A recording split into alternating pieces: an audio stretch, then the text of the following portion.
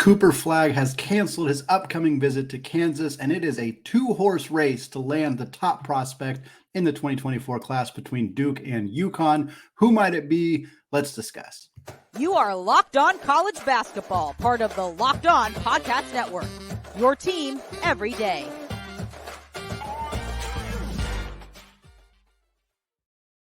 What's up, folks? Welcome into the Locked On College Basketball Podcast, a daily national college hoop show, part, of course, of the Locked On Podcast Network, your team every day.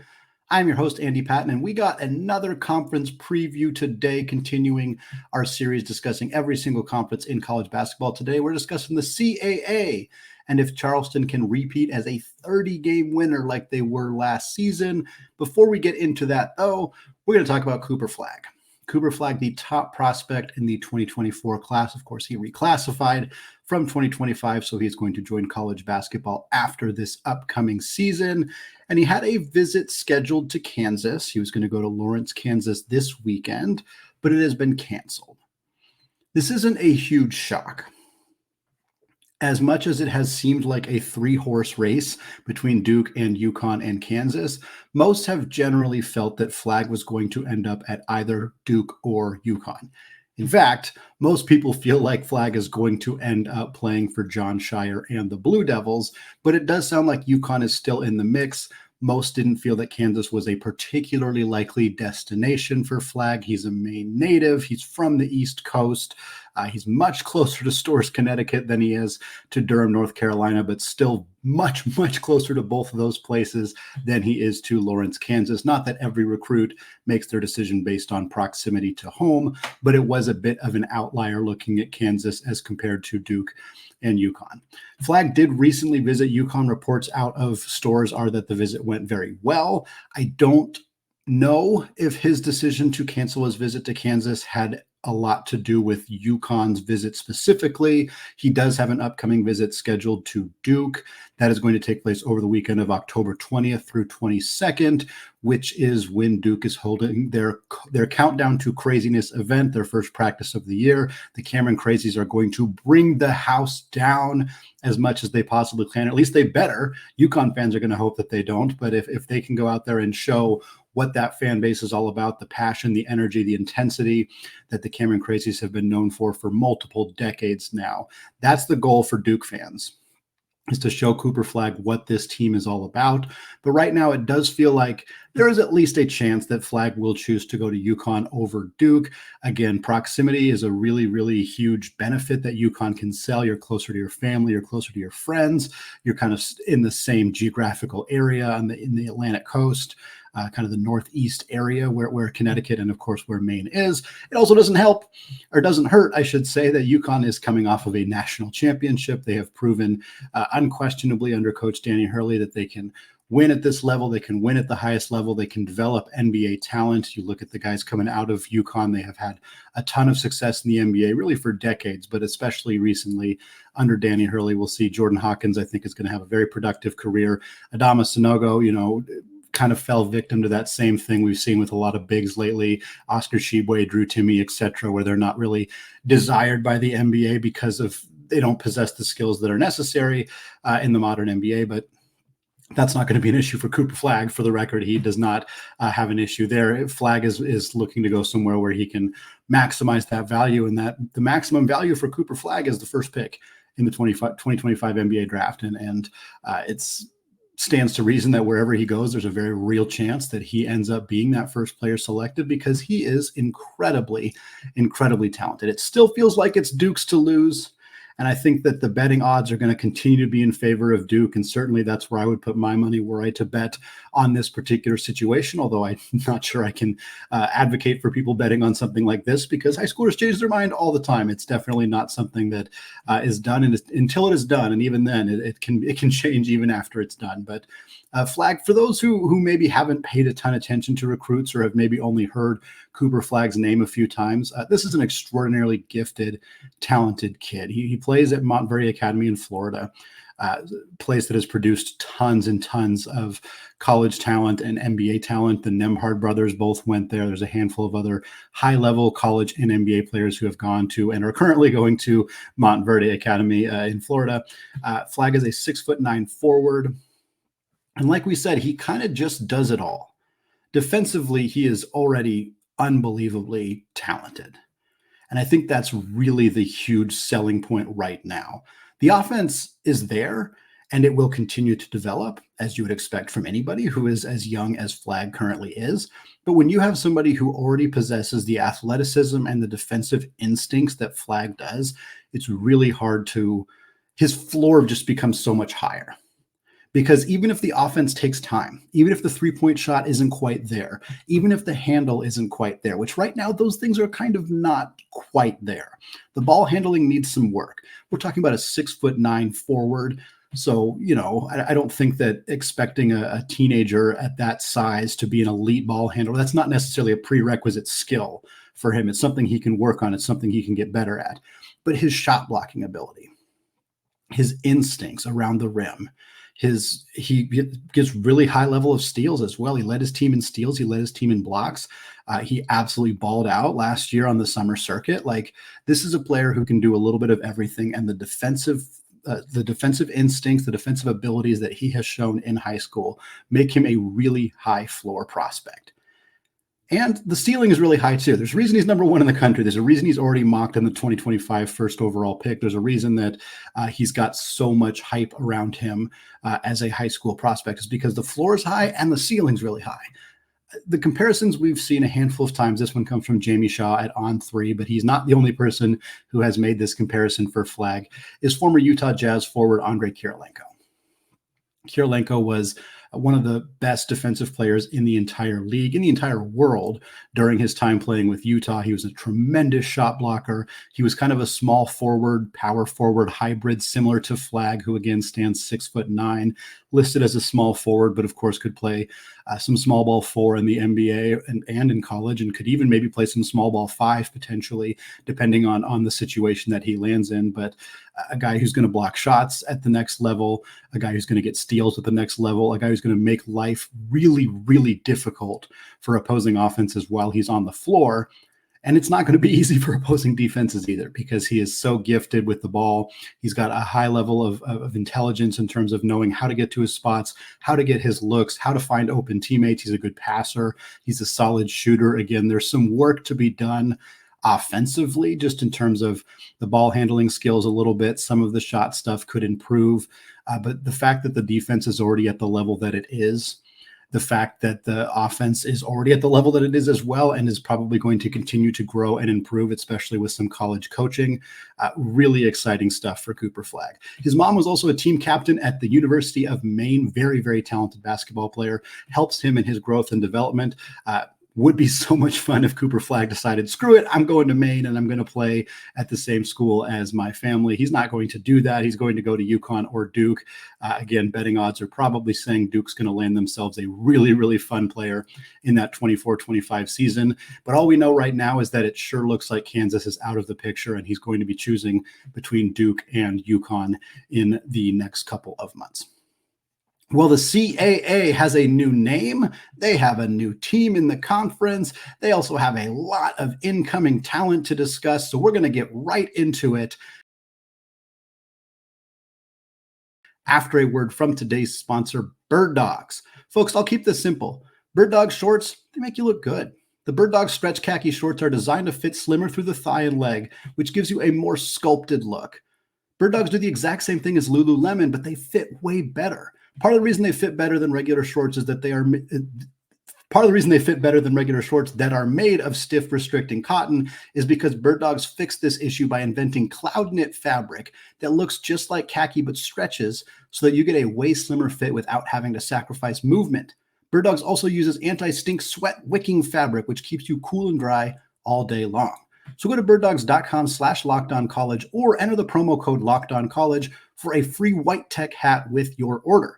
That's birddogs.com/lockedoncollege or enter the promo code LockedOnCollege for a free white tech hat. You won't want to take your Bird Dogs off. We promise you. All right, folks, welcome back to another conference preview series here, discussing every single college basketball conference in the country as we get closer and closer to the college basketball season. Today, we are talking about the artist formerly known as the Colonial Athletic Association. For those who missed this story, the big storyline in the CAA this year is that they are no longer the Colonial Athletic Association. They have changed their name to the Coastal Athletic Association. Smart of them to keep that CAA. That is what they're going to continue to go by. That is what they are going to continue to have as their logo, the CAA logo. So nothing changes all that much other than the full name switching from Colonial to Coastal. There's a good article about it, basically discussing the name change reflecting their recent expansion. They feel that because the conference started in 1979, I think the only team that is still left from the original iteration of the Colonial Athletic Association is William and Mary. So everything has changed. Most of the teams are different than what it was at the beginning, and they felt like changing the name to Coastal Athletic Association more accurately represents the schools that are in the conference, a conference that spans from Massachusetts all the way down to South Carolina, where most of the schools are located on the coast. So it makes more sense to have that be the team name. And that includes a new team coming over from the Big South in Campbell. The Camels of Campbell are coming into the Coastal Athletic Association for the 23-24 season. Campbell went 16-18 last year. They finished 8-10 in the Big South. Ken Pom had them 226th overall last year. That would have been 6th for the record in the CAA, 6 out of the 13 teams that were there last year. So if Campbell can continue to produce at a similar level, there's a decent chance that they will finish in the middle of the pack right away in their first year in the CAA. We often see teams tend to struggle a little bit more their first year in a new conference, and that makes sense. They are having to prepare for all new conference opponents, where the other teams are only having to prepare for one new team. There's different officiating styles, various different things that come into playing in a different conference, different travel schedules, all sorts of things. So wouldn't expect Campbell to necessarily be a top 5, top 8 team right away in the CAA, but a program that has had at least a decent amount of success. Not a lot of tournament success. Most of the teams in these conferences haven't done that. This is the last time that Campbell made the NCAA tournament was 1992. So maybe not going to be challenging right at the top of the conference anytime soon, but wouldn't be surprised to see this team move into the middle of the pack in the next couple of years. Speaking of lack of tournament success, that's kind of a big storyline in the CAA. Everybody's talked about Charleston. There's a lot of really good teams in this conference, but there hasn't been a single team that has advanced in the NCAA tournament since 2012. It has been over a decade since a team in the CAA won a game in the NCAA tournament. Charleston, of course, 30-win team last year, popular, trendy pick to be a 12-5 upset last year, and they only lost by 6 in their first round game. And the team they played, 5-seeded San Diego State. They lost by 6 to the team that went to the national championship game. That is a really darn good season for Charleston last year. But again, that streak has continued of not winning games in the NCAA tournament. The question now becomes, can Charleston do it this year? Or is Charleston even going to be the team that wins that automatic bid out of the CAA? UNC-Wilmington looks very good. Hofstra went 16-2 last year. We're going to talk more about some of those teams, who might win this conference, who might be challenging for an NCAA tournament bid to close out the show. But wanted to highlight the fact that it has been a long time since a team in this conference has won that automatic bid and actually turned it into a win in the big dance. As we typically do here when we talk about biggest storylines for these conferences, we're going to take a look at the coaching changes. Just one new coach coming into the CAA this year. That's at North Carolina A&T. They're replacing Philip Schumpert with Monty Ross. Schumpert was an interim head coach last year, went 13-19 in his lone season as the head coach of the Aggies. They're going to go ahead and bring in Monty Ross. Monty Ross has been in college basketball pretty much consistently since 1993. He's been assistant coach at a ton of different places. Took over as the head coach at Delaware back in 2006. and was the head man there for 10 years, led Delaware to an NCAA tournament appearance in 2014. Overall, though, just went 132 and 184, while with the Blue Hens, just under 42% of his games won. Ended up getting canned in 2016, took over as an assistant coach at Temple in 2019, and has spent the last couple of years at Temple before now getting a chance to come back into the CAA and take over as the head coach at North Carolina A&T. As we also do here, a lot of the time discussing these small major, these low major conferences, one of the big storylines, unfortunately, as it tends to be in the transfer portal era, is the amount of talent out the door. And it's a big, big story in the CAA because not only do they lose a bunch of players to the transfer portal, most of them ended up at Power 5 schools, or at least a lot of the key ones ended up at Power 5, Power 6 programs, which is certainly notable in terms of how the rest of the college basketball world viewed the talent level that was in the CAA this past season. 3 first-teamers have entered the transfer portal and gone on to Power 6 programs. That includes Conference Player of the Year Aaron Estrada, who moves from Hofstra to Alabama. He was a 2-time CAA Player of the Year, began his career at Oregon, went to Hofstra, won that award twice, and now he's going to Alabama. Going to be really interesting to see how he adjusts to playing for Nate Oates' offense in the SEC. You also have fellow first-teamer Jameer Nelson going from Delaware to TCU. Jameer Nelson, of course, the son of Jameer Nelson, the longtime NBA point guard. And so we'll see how Nelson does adjusting going over to TCU and joining that program. And then you also have another first-teamer, Nick Timberlake, going from Towson to Kansas. Timberlake is expected to be the starting 3 for Kansas, going to be a floor spacer, stretch 4 guy for Hunter Dickinson and Bill Self's offense over with the Jayhawks. And then you have second-teamer Cam Woods going from North Carolina A&T to NC State, and third-teamer Jameel Telfort going from Northeastern to Butler. Again, 5 guys who are first, second, or third-teamers in the CAA. Every single one of them ends up at a Power 6 program. Once again, telling you that the level of talent, at least at the top end of the CAA, is pretty well perceived by others in the industry. We will see how these players do making that leap from this conference over to those Power 6 conferences. But Bill Self doesn't bring guys in who he doesn't think are really going to be able to help. Same with Nate Oates, same with Jamie Dixon. I think there's a real chance that these guys are going to contribute right away and kind of help prove that the level of play at this conference is as solid as many have believed watching them for the last couple of years. And closing it out here, talking about some guys coming the other direction, players who are coming from higher level programs and transferring over to the CAA. A few guys I want to highlight. We'll talk about a few more guys later as we start looking at our favorites and dark horse teams. But KJ Jenkins comes from New Mexico to UNC-Wilmington. Caleb Dorsey comes from Penn State to William and Mary. Niels Lane comes from Florida to Delaware. And Tristan Maxwell going from Georgia Tech to Hampton. Well, like we said, Charleston, first ever 30-win season last year. Can they do it again? Or will somebody like UNC-Wilmington or even a dark horse candidate take the throne, earn that automatic bid in the CAA, and potentially break the decade-long streak of not winning a game in the Big Dance? We'll talk all about that after a word from today's sponsor, FanDuel.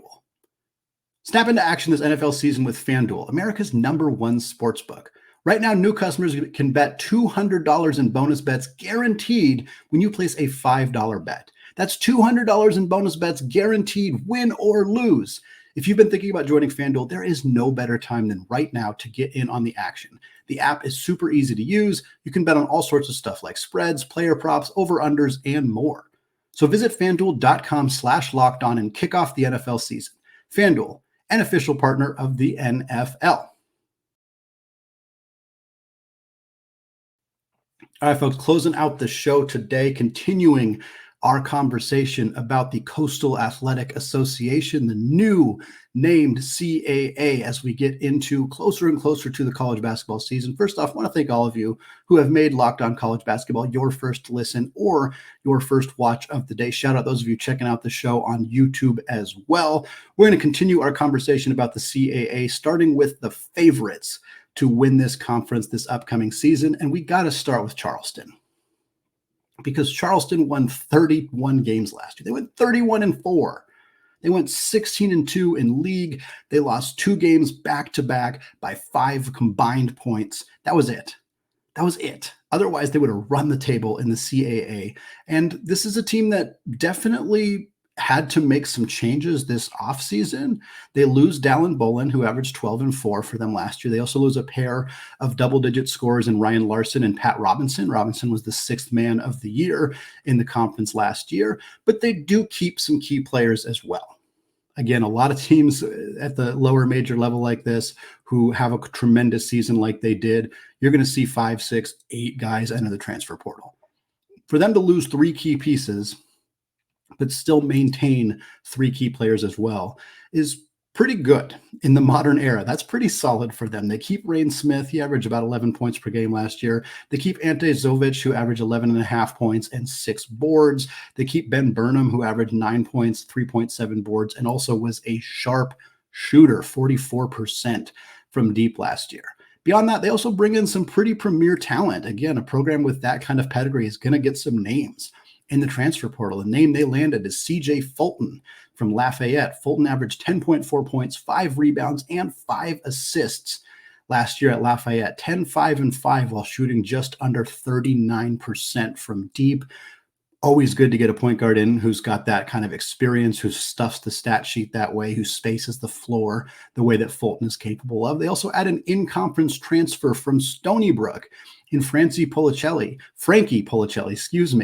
Policelli averaged just under 14 points, 9.5 boards per game last year. He's a grad transfer, lots of experience in the CAA. He also was a 37% shooter from deep. So they get guys coming in who have experience, guys coming in who have produced at previous schools, and guys coming in who can shoot the rock. They're going to space the floor really well. This is a tough team to beat. Pat Kelsey, of course, a fantastic coach. I think there's a lot of optimism that Charleston, maybe they don't go 31-4. It's pretty darn hard to replicate that, but there are some teams that are going to contend with them, and we'll talk about them. But at the end of the day, this is not going to be an easy team to get out at any point during the conference season. Do want to talk about UNC-Wilmington, though. I think they are the most likely team to really challenge Charleston at the top of the conference. They went 24-10 last year. They went 12-6, which was tied for 3rd in the conference last year. They lose Amari Kelly and Jamari Thomas, 2 guys who averaged about 7 points per game last year, but they returned 4 of their 5 starters. They returned leading scorer, Trezarian White, who averaged about 14 points per game last year. They also had a pair of productive transfers in Ahmad Harvey, who averaged 4.3 points and 7 rebounds at High Point. He's going to kind of anchor them down low on the block. They also had KJ Jenkins, who we mentioned earlier, guy who averaged 7.5 points per game at a very solid New Mexico squad in the defensive-focused Mountain West Conference. That's some good stuff to bring in. They're a very good defensive team. They keep their starting point guard, Shaquem Phillips, who was one of the best defensive players in the conference last year. Takayo Siddle's been very successful as the head coach at Wilmington. This team has a lot of continuity. They added some key pieces around the edges. They didn't lose a ton. I think it's hard to ignore this team as a potential real threat to Charleston at the top of the conference standings. And then the last team I want to mention before we get to the dark horse is Hofstra. Hofstra went 16-2 last year. Speedy Claxton was the coach of the year. You can't just ignore a team that went 16-2 in conference play, but they lose Aaron Estrada, 2-time CAA Player of the Year, averaged over 20 points per game last year. They also lost Warren Williams, who was a key piece for them. They do still have Tyler Thomas. Tyler Thomas is a graduate student who averaged 16.5 points per game last year. He's going to take on a bigger role, real chance that he's going to be that player of the year. We'll talk about that a little bit later, but to keep a 16 point per game scorer for a team that went 16-2 last year, yes, you lose Aaron Estrada, but there's still a lot of talent on this Hofstra team, and I wouldn't count the Pride out in any capacity. Let's talk dark horse, though. My dark horse team, I try to pick teams that finish 5th or lower.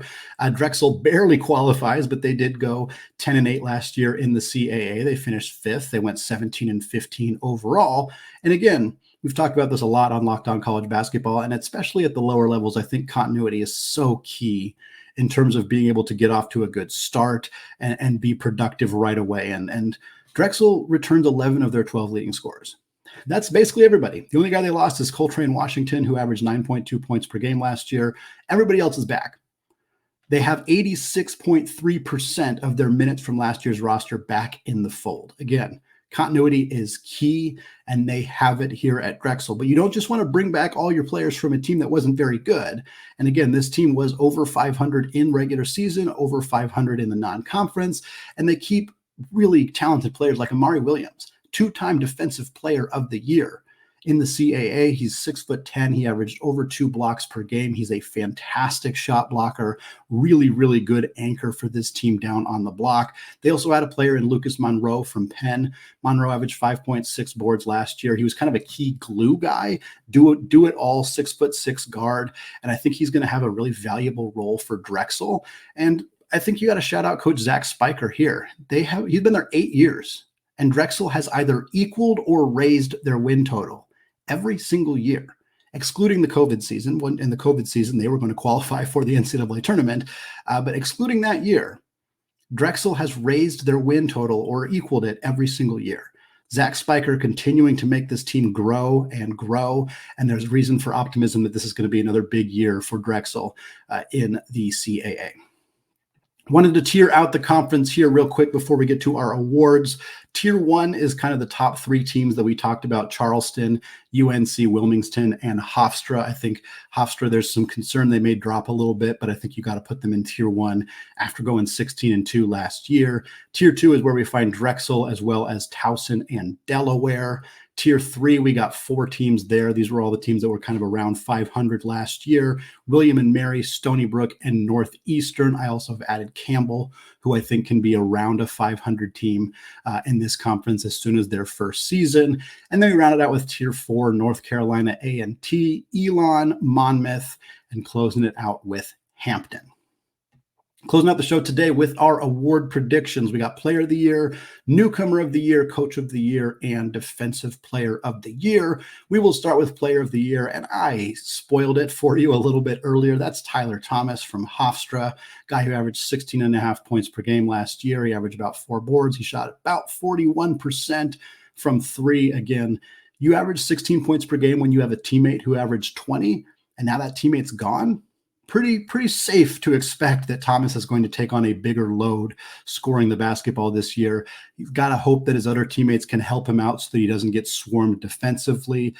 If that happens, he's a guy who could average 17, 18 points per game next year. Reasonable chance that that's enough for him to win Player of the Year, especially if Hofstra produces and is in the top 3 of the conference. I'll give an honorable mention here to Trezarian White from UNC-Wilmington, who I think has a real chance at this award as well.